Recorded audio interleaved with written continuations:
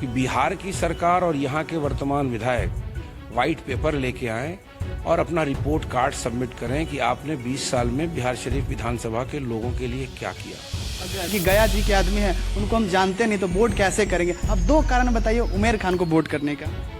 EVM पर आपको भरोसा है कि नहीं सर? देखिए, ईवीएम पर निगरानी करने की तो जरूरत है।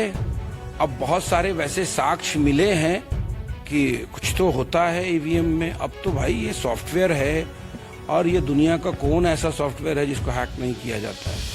तुझे कैसा गठबंधन है? सीपीआई बोल रहे हैं कि हमें दे रही है सपोर्ट पार्टी, आप बोल रहे हैं सर हमें दे रही है, तो कैसे मतलब पब्लिक चूज करेगी बताइए? उनकी नेता को जन की बात सुनना चाहिए। मोदी जी मन की बात करते हैं। तो आप बताइए, जिससे शिक्षा हम हासिल करते हैं उस पर टैक्स वसूल कर रही है सरकार।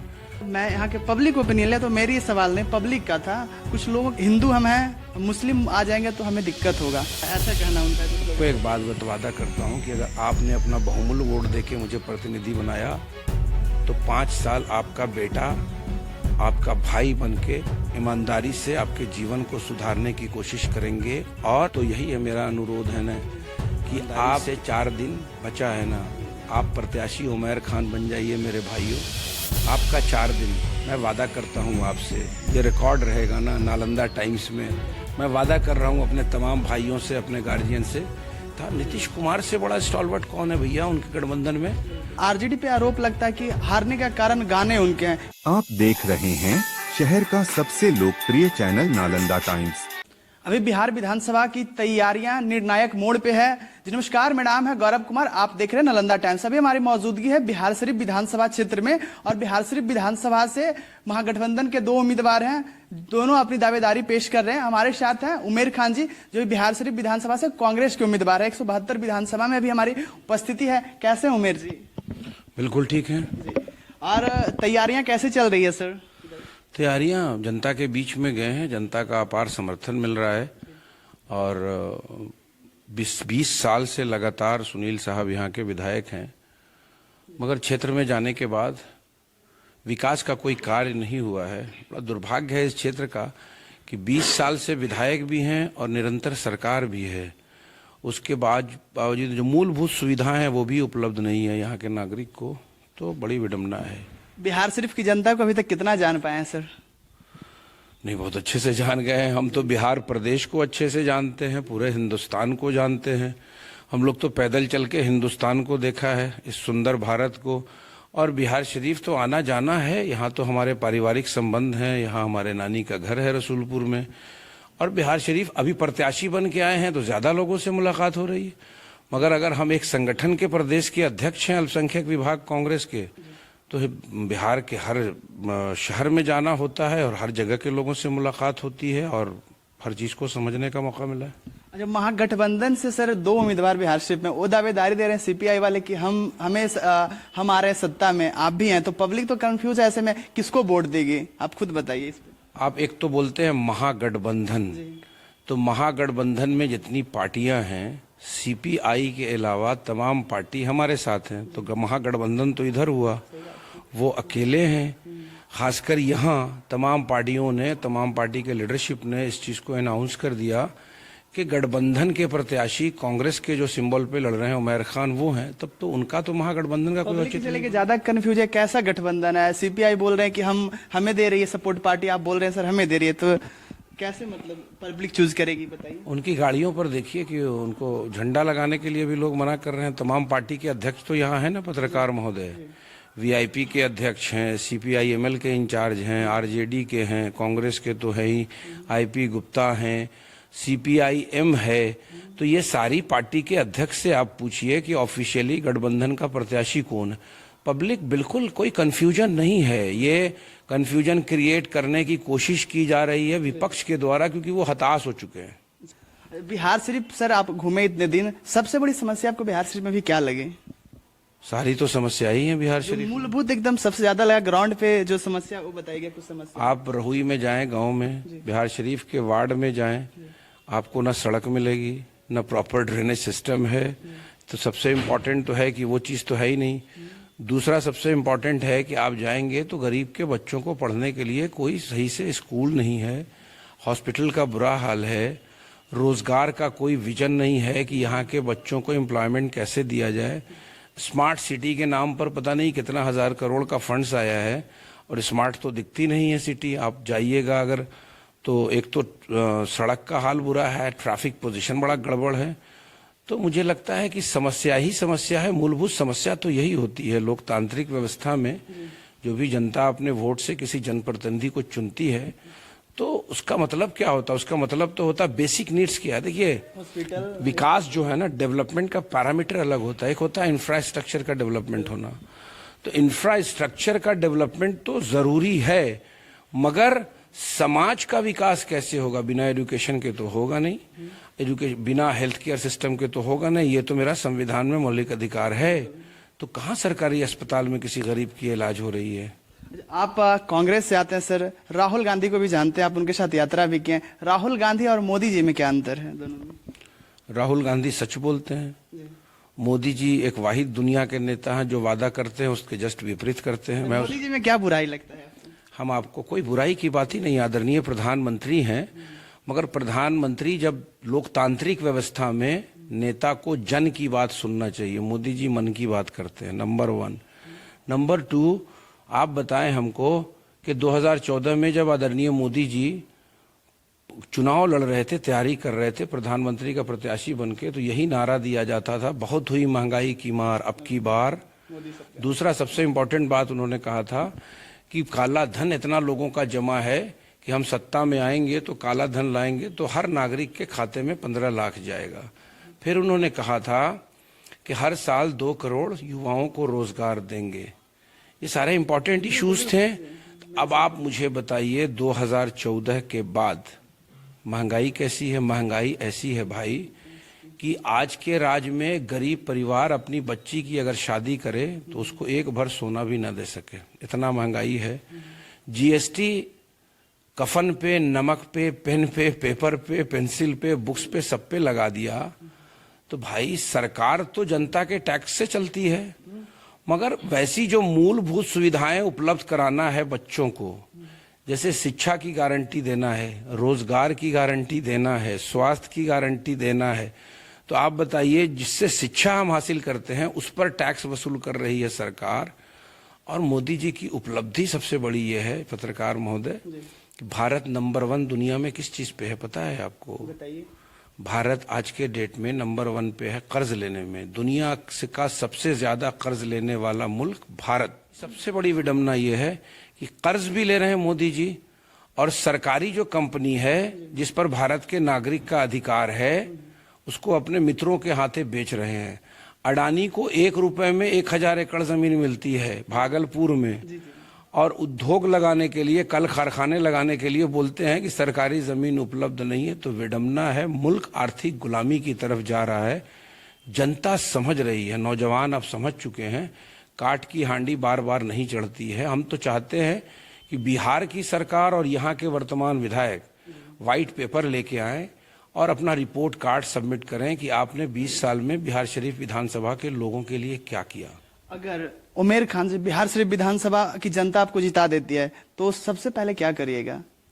देखिए, ईमानदारी से एक तो लोकतंत्र को बचाते हुए सच्चे सेवक के रूप में लोगों के दुख सुख में रहेंगे, उनका सम्मान करेंगे। दूसरा ये है कि विधायक बनेंगे तो एक विधायक को 4 करोड़ रुपया तो पर साल का मिलता है ना। किस लिए मिलता है विधायक लेट का पैसा? कि जो मूलभूत सुविधाएं हैं, आप चलिए न रोही में दलितों की बस्ती में सड़क नहीं है, नाली का पानी बह रहा है, यही उनकी जीवनी है क्या? कवर भी क्यों? आपने कवर, स्कूल टूटे हुए हैं, बैठने की जगह नहीं। और ये क्या है? नालंदा है। यहाँ के आदरणीय नीतीश कुमार जी हैं, 20 साल से निरंतर मुख्यमंत्री हैं। नीतीश कुमार जी तो हैं, मगर एक जनप्रतिनिधि भी जो यहाँ बैठे हैं वो 20 साल से हैं। तो 20 साल बहुत दिन होता है, 2 डिकेड का मामला है। इसलिए देखिए होता क्या है ना कि ये जो मुद्दा है ना इनका, ये गलत नैरेटिव पे वोट लेते हैं, इमोशंस में लाके, जज्बात में लाके, उन्माद पैदा करके ये वोट की चोरी करते हैं। मगर हमने कोशिश ये किया है इतना दिनों में कि बिहार शरीफ के हर मोहल्ले में, गांव में जाके लोगों से वार्ता करके वोट का मतलब क्या होता है उनको बताया है। और मुझे लगता है कि आम जनमानस जाग चुका है। ये जो बैरियर है ना कास्ट और रिलीजन का, वो टूट रहा है।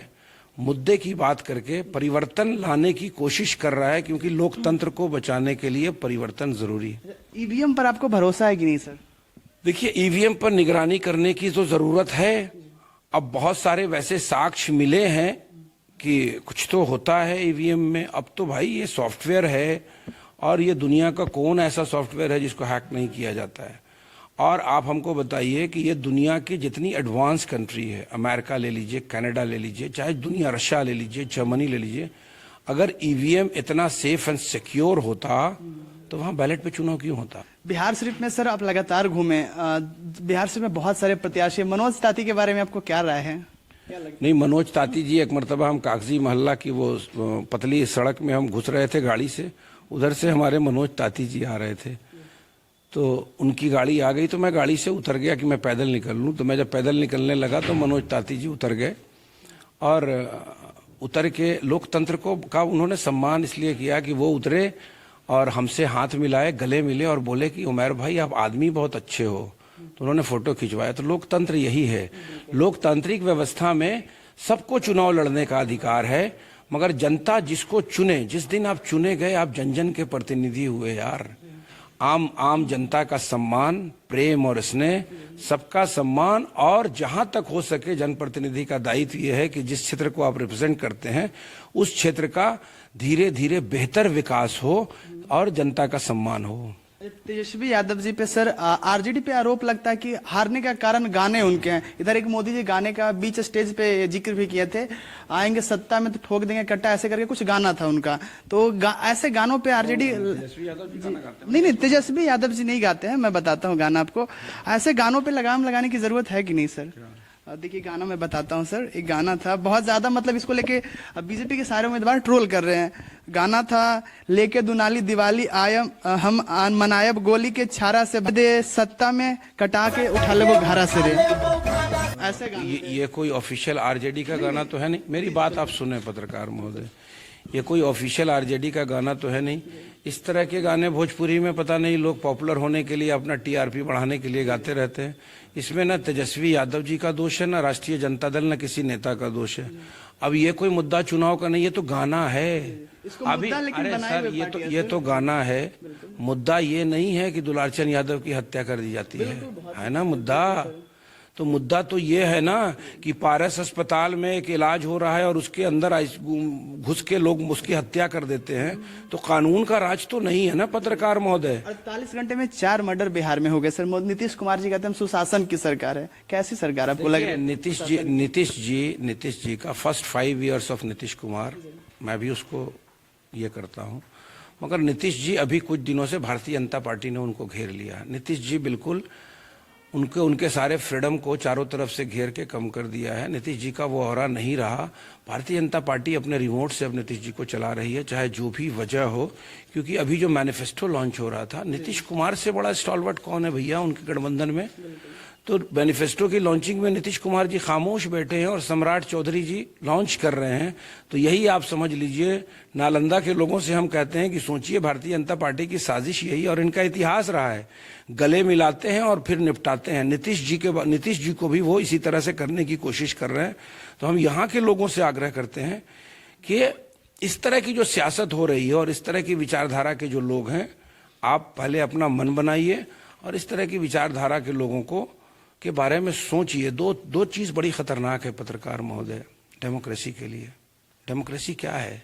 सबसे पॉपुलर डेफिनेशन है ना डेमोक्रेसी का, is the government of the people, for the people, by the people, है ना। डेमोक्रेसी कहता है decentralisation of power. Lalu Yadav कैसे लगते हैं सर? लालू यादव के बारे में क्या राय है? लालू यादव से बड़ा समाजवादी नेता इस बिहार की धरती पर मेरे हिसाब से, हम इतिहास के स्टूडेंट हैं, इतिहासकार जब इतिहास लिखेगा ना तो लालू प्रसाद यादव जी का नाम स्वर्ण अक्षरों से इसलिए लिखेगा कि अभी जिन बच्चों का जन्म 90 के बाद हुआ उनको नहीं समझ में आया। 90 के पहले के बिहार को आप समझिए, गरीब को, दलित को, अति पिछड़े को, अल्पसंख्यक जो कमजोर वर्ग के थे उनको बैठने का कुर्सी पे अधिकार नहीं था। चप्पल जूता पहन के क्रॉस नहीं करते थे। वो लालू प्रसाद यादव जी थे जो 90 में आए और समाज में अंतिम पैदान पर बैठे हुए लोगों को मुंह में जुबान दी और कहा कि संविधान से ये मुल्क चलता है और संविधान में सबको बराबर अधिकार है। जो गांधी का मंत्र था, समाजवाद की बात किया। तो आप लालू प्रसाद यादव जी का जो वो है ना, उसको ये तो लोग देखिए दुष्प्रचार करते हैं। ये लोग धन बल के नाम पर मीडिया के द्वारा गलत बयानी करके किसी का कैरेक्टर असैसिनेशन करते हैं। सबसे एक बात आप मुझे बताइए, लालू प्रसाद यादव जी को ही करप्ट बोलते हैं। हेमंता विश्व शर्मा कांग्रेस के थे। 4 दिन पहले आप बोल रहे हैं कि इतना बड़ा घोटालेबाज है वो है। आपके पास मिले तो स्वच्छ हो गए, मुख्यमंत्री बन गए। अजीत पवार को 3 दिन पहले मोदी जी बोलते हैं कि 20,000 करोड़ का घोटाला किया है इन्होंने, अभी 4 दिन के बाद इनको जेल में डालेंगे। और रात में जाके अजीत पवार जी मोदी जी से मिल लिए तो वो स्वच्छ हो गए और डिप्टी सीएम बन गए। तो जनता हिंदुस्तान की देख रही है, आप कब तक किसी को बेवकूफ बनाएंगे। डेमोक्रेसी खतरे में इसलिए है पत्रकार महोदय, लोकतंत्र में, डेमोक्रेसी में सेंट्रलाइजेशन ऑफ पावर और कंसंट्रेशन ऑफ वेल्थ डेमोक्रेसी के लिए बहुत खतरनाक है। और आज के भारत में सेंट्रलाइजेशन ऑफ पावर भी हो रहा है और कंसंट्रेशन ऑफ वेल्थ इसलिए हो रहा है कि क्रोनी कैपिटलिज्म को प्रोत्साहित कर रही है सरकार। मतलब 5% लोगों के हाथ में 80% जब देश का धन चला गया तो खतरा है। इसलिए हम आम लोगों से भी यही रिक्वेस्ट करते हैं कि जननायक राहुल गांधी जी का जो संघर्ष है ना, वो भारत के सुंदर संविधान, लोकतंत्र और आम नागरिक के मौलिक अधिकार को बचाने का संघर्ष है। आइए राहुल गांधी के साथ आइए, तेजस्वी प्रसाद यादव जी के साथ आइए, इंडिया गठबंधन के साथ आइए, परिवर्तन लाइए। बिहार शरीफ में भी और पूरे बिहार में परिवर्तन लाइए, क्योंकि लोकतंत्र के लिए परिवर्तन अनिवार्य है। जाते जाते एक सवाल रहेगा सर, कुछ लोग, मैंने बिहार से में पब्लिक ओपिनियन इधर किया डायरेक्टली पब्लिक के बीच में जाके, तो पब्लिक ने बोला कुछ समय कि गया जी के आदमी है, उनको हम जानते नहीं तो वोट कैसे करेंगे। अब 2 कारण बताइए उमेर खान को वोट करने का। देखिए, एक तो आपको बताएं कि अगर पब्लिक ये बोल रही है तो हमारा पूरा परिवार, हमारा नानी का घर रसूलपुर में है, वो नालंदा में है। बिहार शरीफ के कौन ऐसा मोहल्ला है जहां हमारे परिवार के लोग नहीं रहते। दूसरी सबसे इम्पोर्टेंट बात कि जो अभी प्रत्याशी 20 साल से हैं, उनके बारे में जनता ने कहा कि चुनाव जीतने के बाद ये 4.5 साल मुंबई में रहते हैं। अगर हम गया में रहते हैं या पटना में रहते हैं, अगर विधायक आप बनाएंगे तो पटना में रहेंगे, आपके अधिकार की बात करेंगे। जब मौका मिलेगा सप्ताह में हर दुख सुख में बिहार शरीफ रहेंगे। तो गया, बिहार शरीफ और पटना वो ट्रायंगल है। 1 घंटा 10 मिनट गया से बिहार शरीफ आने में लगता है और 1 घंटा 10 मिनट बिहार शरीफ से पटना। अब हम आपको बताएं, बिहार शरीफ के इस छोर से उस छोर तक जाने में 1.5 घंटा लगता है, जो ट्रैफिक का हाल है। तो उमैर खान बिहार का बेटा है, बिहार शरीफ का बेटा है, पूरे बिहार का बेटा है और संविधान को मानने वाला बेटा है, क्योंकि संविधान की प्रस्तावना शुरू होती है we the people of India, हम भारत के लोग। और संविधान में यह अधिकार है कि बिहार के किसी कोने के रहने वाले लोग बिहार के किसी विधानसभा से चुनाव लड़ सकते हैं। आप किसी प्रत्याशी का विजन देखिए, मूल्यांकन करिए और उसकी पार्टी और उस गठबंधन के मैनिफेस्टो को देखिए और विचारधारा को देखिए। ये तो अगर ये बात भारतीय जनता पार्टी के लोग करते हैं तो खतरा है मोदी जी पे। नहीं करना चाहिए। मोदी जी को फिर इस्तीफा देके गुजरात जाना पड़ेगा। गुजरात के रहने वाले हैं, काशी से MP हैं, तो ऐसे कैसे चलेगा भाई। इस तरह की बात नहीं करना चाहिए। और मैं बिहार शरीफ की जनता का जो प्रेम और स्नेह मिल रहा है, नॉन इशू को इशू बनाना चाहते हैं, क्योंकि उनका कोई अचीवमेंट नहीं है। 20 साल से हताश हो चुके हैं। अभी देखिए ना, 1-2 दिन में और पता नहीं कौन कौन सा बयान देंगे। मगर मुझे लगता है कि बिहार शरीफ की जनता ने इस मर्तबा मन बना लिया है कि नहीं, हम जो राहुल गांधी का सच्चा सिपाही है, जिनको राहुल ने तपा के कुंदन बनाया है, जो मुद्दे की बात करता है, उस मर्तबा उनको मौका देंगे। और ये वादा करते हैं आपके माध्यम से, यहाँ के नौजवानों से, यहाँ के आम लोगों से मैं वादा करता हूँ कि अगर आपने अपना बहुमूल्य वोट देके मुझे प्रतिनिधि बनाया तो 5 साल आपका बेटा, आपका भाई बनके ईमानदारी से आपके जीवन को सुधारने की कोशिश करेंगे और बिहार शरीफ के डेवलपमेंट की सिर्फ बात करेंगे, निष्पक्ष होकर काम करेंगे और हर भाई को भाई से गले लगा के बिहार शरीफ का जो सामाजिक सौहार्द है उसको बरकरार रखेंगे और भारत की गंगा जमनी तहजीब को बिल्कुल ईमानदारी से बचाएंगे। सर एक चीज, मतलब मैं यहाँ के पब्लिक ओपिनियन लिया तो मेरी सवाल नहीं, पब्लिक का था। कुछ लोग हिंदू हम हैं, मुस्लिम आ जाएंगे तो हमें दिक्कत होगा, ऐसा कहना उनका। कुछ लोग, एक बात बताऊं, भारतीय जनता पार्टी ने कुछ वैसे लोगों को, नौजवानों के फ्यूचर को बर्बाद करने के लिए उनको अंधभक्त बना रखा है। आप मुझे बताइए कि आज के पूरे हिंदुस्तान में न कोई राष्ट्रपति, न कोई प्रधानमंत्री, न किसी प्रदेश का मुख्यमंत्री, न किसी की पोस्ट पर कोई मुसलमान भाई। एक बात बताइए कि तंत्र हमेशा शासक के अधीन होता है। इंडिया गठबंधन में भी तो तमाम हिंदू ही हैं, मगर इंडिया गठबंधन के लोग संविधान की बात करते हैं। ये जो बोला जाता है ना पूरी दुनिया में कि भारत एक सुंदर गुलदस्ता है जहां हर तरह के फूल खिलते हैं, इसी के लिए तो भारत चर्चित है। इसी के लिए तो भारत चर्चित है कि यहाँ सनातन बोलता है वसुधैव कुटुंबकम सर्वधर्म संभव। तो ये देखिए, जो नेता धर्म और जात की बात करेगा वो कभी आपके विकास का काम नहीं करेगा, इसलिए कि उसको इस बात का घमंड है कि हम धार्मिक उन्माद पैदा करके, बांट के, मुद्दा विहीन राजनीति करके प्रदेश को और देश को बर्बाद करेंगे और जनता हमारी भक्त बनी बैठेगी। इसलिए मुझे लगता है कि इस मर्तबा यंगस्टर्स ने प्रण ले लिया है। इनके नैरेटिव और इनके पिच पर जाने की जरूरत नहीं है। जब ये हिंदू मुसलमान की बात करें तो इनसे शिक्षा की बात कीजिए, जब ये उन्मादी भाषण करें तो इनसे रोजगार की बात कीजिए, पलायन रोकने की बात कीजिए, गरीबी कम करने की बात कीजिए, महंगाई कम करने की बात कीजिए, बेहतर इंफ्रास्ट्रक्चर की बात कीजिए। ये अपने आप बैकफुट पर आ जाएंगे और बैकफुट पर आ गए हैं, हताश हो गए हैं। जनता जाग चुकी है, नौजवान मुद्दे पर सवाल करने लगा है। बिहार सिर्फ से कितने वोट से जीतने की संभावना है सर, क्या लग रही है? अब तो जनता मालिक है। मैंने अपनी बात आम जनमानस के बीच में रख दिया है। अपना जो मेरा विजन है और जो मेरा प्लानिंग है 5 साल का, वो भी घर घर हमने पहुंचा दिया है। और हम यहाँ के लोगों से वादा करते हैं कि अगर आपने मुझे चुना तो 5 साल के बाद अगर हम आपके दरबार में आएंगे तो व्हाइट पेपर लेके आएंगे कि 5 साल अगर आपका हम प्रतिनिधि रहे तो हमने आपके लिए क्या किया। तभी मेरा अधिकार है लोकतंत्र में आपके दरबार में जाके वोट मांगने का।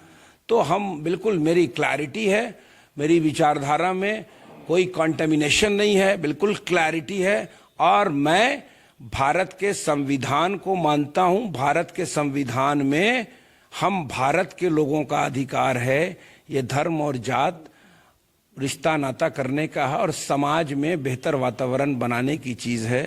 कहाँ इन चक्कर में पड़ रहे हैं? मुद्दे पर आइए, बिहार शरीफ को स्वच्छ बनाइए, सुंदर बनाइए और सामाजिक सौहार्द को बरकरार रखिए।